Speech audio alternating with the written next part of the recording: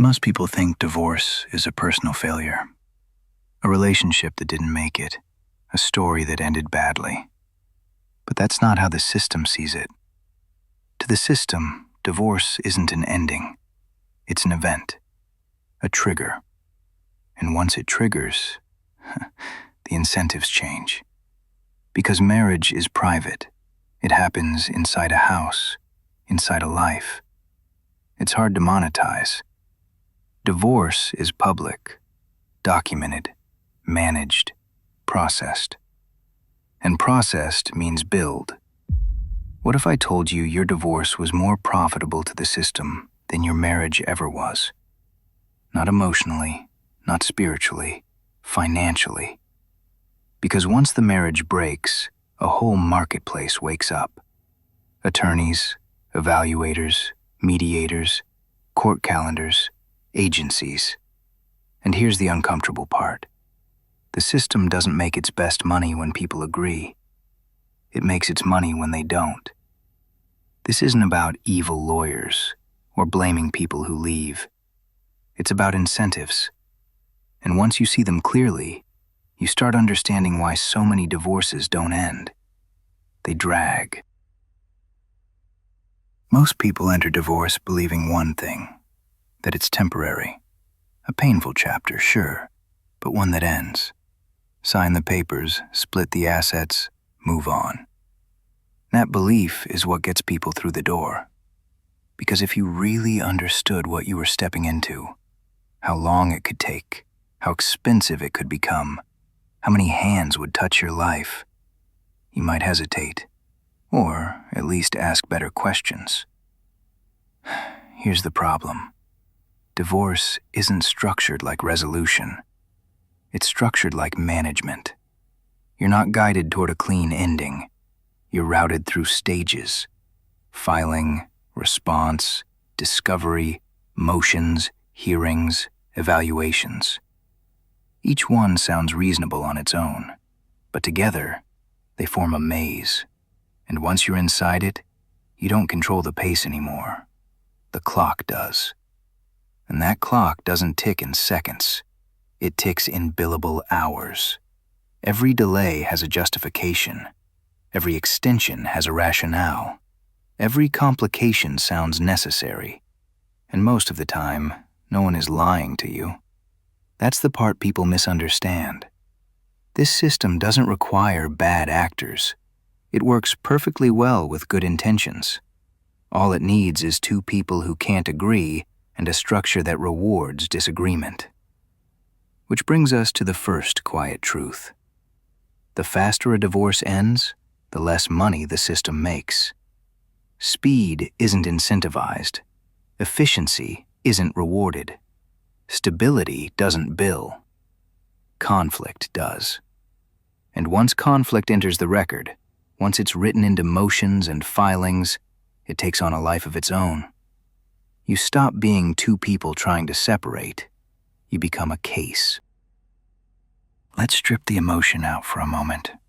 Not because it doesn't matter, but because emotion hides structure. If you want to understand any system, you don't ask what it says it wants. You ask what it pays for. Start with the obvious one: attorneys. Divorce lawyers don't charge for outcomes. They don't charge for peace. They don't charge for closure.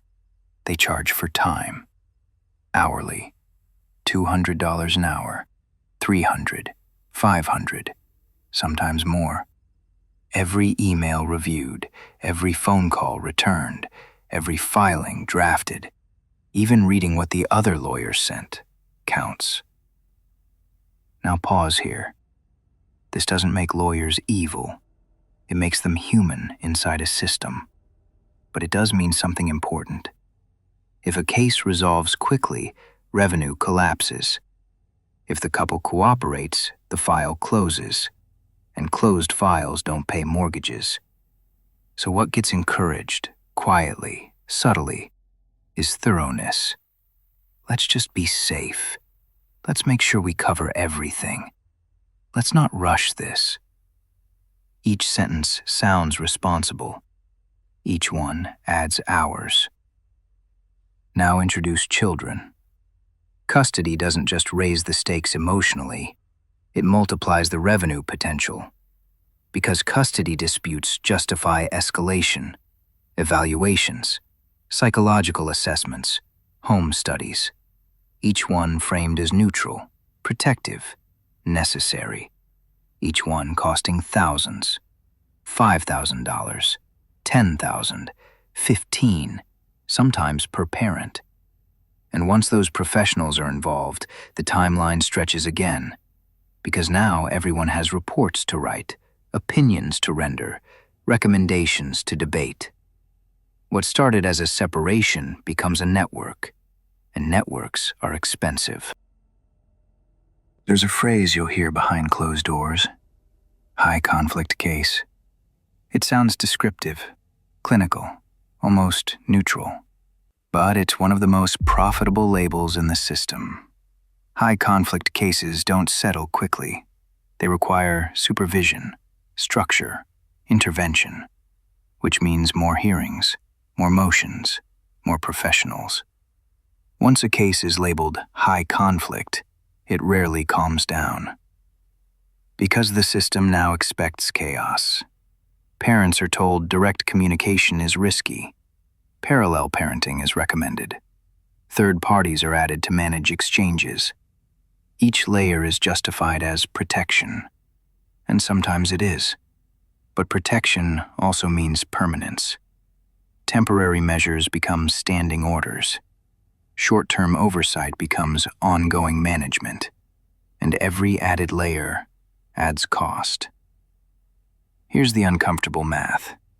Agreement shortens cases. Short cases reduce fees. Disagreement does the opposite. So conflict doesn't need to be created. It only needs to be maintained. And the system is very good at that. People often ask, if mediation is cheaper and faster, why isn't it the default? It's a fair question. Mediation can resolve a divorce for a few $1,000s total. No discovery battles, no drawn-out hearings, no expert escalation. Just two people, a neutral facilitator, and decisions made face-to-face. So why is it treated like an alternative instead of the standard? Because mediation collapses the revenue stack. It limits billable hours. It reduces court involvement. It ends cases. And systems don't prioritize options that make them smaller. Family court is adversarial by design. Two sides, two narratives, one outcome imposed. Even when cooperation is encouraged in theory, the structure itself rewards opposition. You don't get praised for resolving things early. You get processed faster when you don't. Then there's the house. The family home is often the largest asset, and the most emotional one. Divorce forces decisions. Sell it, refinance it, buy one spouse out, and almost always someone else steps in. Real estate agents branded as divorce specialists, appraisers, inspectors. Forced sales generate quick commissions, often under pressure, often below ideal value.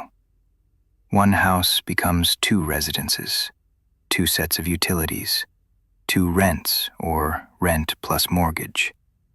Divorce doesn't just divide assets, it duplicates costs. And those costs don't disappear when the case closes. They linger for years. Here's what rarely makes it into court filings. The credit damage. The debt accumulated just to survive the process. The productivity loss at work. The missed promotions. The mental bandwidth burned on conflict.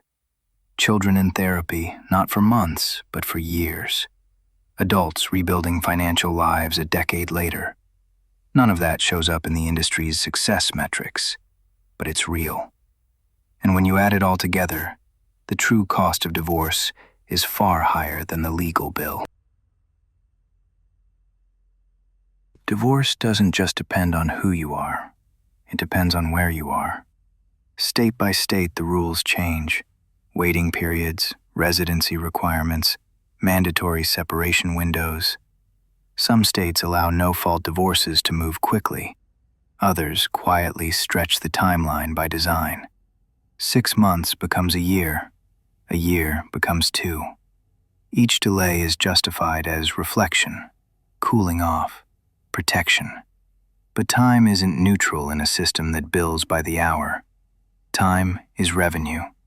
And once a case is open, there's very little urgency to close it. Judges are overloaded, calendars are packed, continuances are routine. Every reset pushes the finish line further away. This creates a strange phenomenon most people never hear about: divorce tourism. Couples quietly relocate to jurisdictions with faster processes or more predictable outcomes, not to game the system, but to survive it. Because when time equals money, geography becomes strategy. Ask anyone who's been through it. Most divorces don't end when they should. A case that could resolve in 6 months often drags for 2 years or more. Why? Because each phase feeds the next. Discovery expands, requests multiply, documents are reviewed, then reviewed again. Emergency motions become routine. Urgent hearings stack up. Each one sounds necessary, each one sounds responsible. But together, they exhaust people. And exhausted people don't negotiate well. They stop pushing for fair outcomes. They stop thinking long-term. They just want it over. Which leads to one of the system's quietest efficiencies: burnout. When both sides are tired enough, they settle. Not because it's right, but because they're done. The case closes, the system gets paid, and the damage remains. Nothing accelerates a divorce economy like children. Not because they don't matter, but because they matter more than anything else. Custody disputes justify almost unlimited intervention. Psychological evaluations, supervised visitation, parenting coordinators, compliance monitoring. Entire industries exist around managing parental conflict. And once children become the center of dispute, the case rarely shrinks. Here's the part no one likes to admit. Shared custody, true 50-50, resolves cases faster. It reduces conflict, stabilizes households, which also reduces billable hours. So it's discussed, considered, often delayed, because uncertainty keeps the system relevant. Now step back. This system doesn't profit from happy marriages, and it doesn't profit from quick divorces. It profits from prolonged conflict between people who once loved each other. That doesn't mean divorce is wrong, or that leaving is a mistake. It means the moment you enter the system, the incentives are no longer aligned with peace. They're aligned with process, with time, with friction. Divorce feels personal, and it is. But underneath the emotion, there's a structure that runs on time, on friction, on disagreement. And until we're honest about that, people will keep stepping into divorce thinking they're closing a chapter, when in reality, they're opening an account that only grows the longer the fight lasts.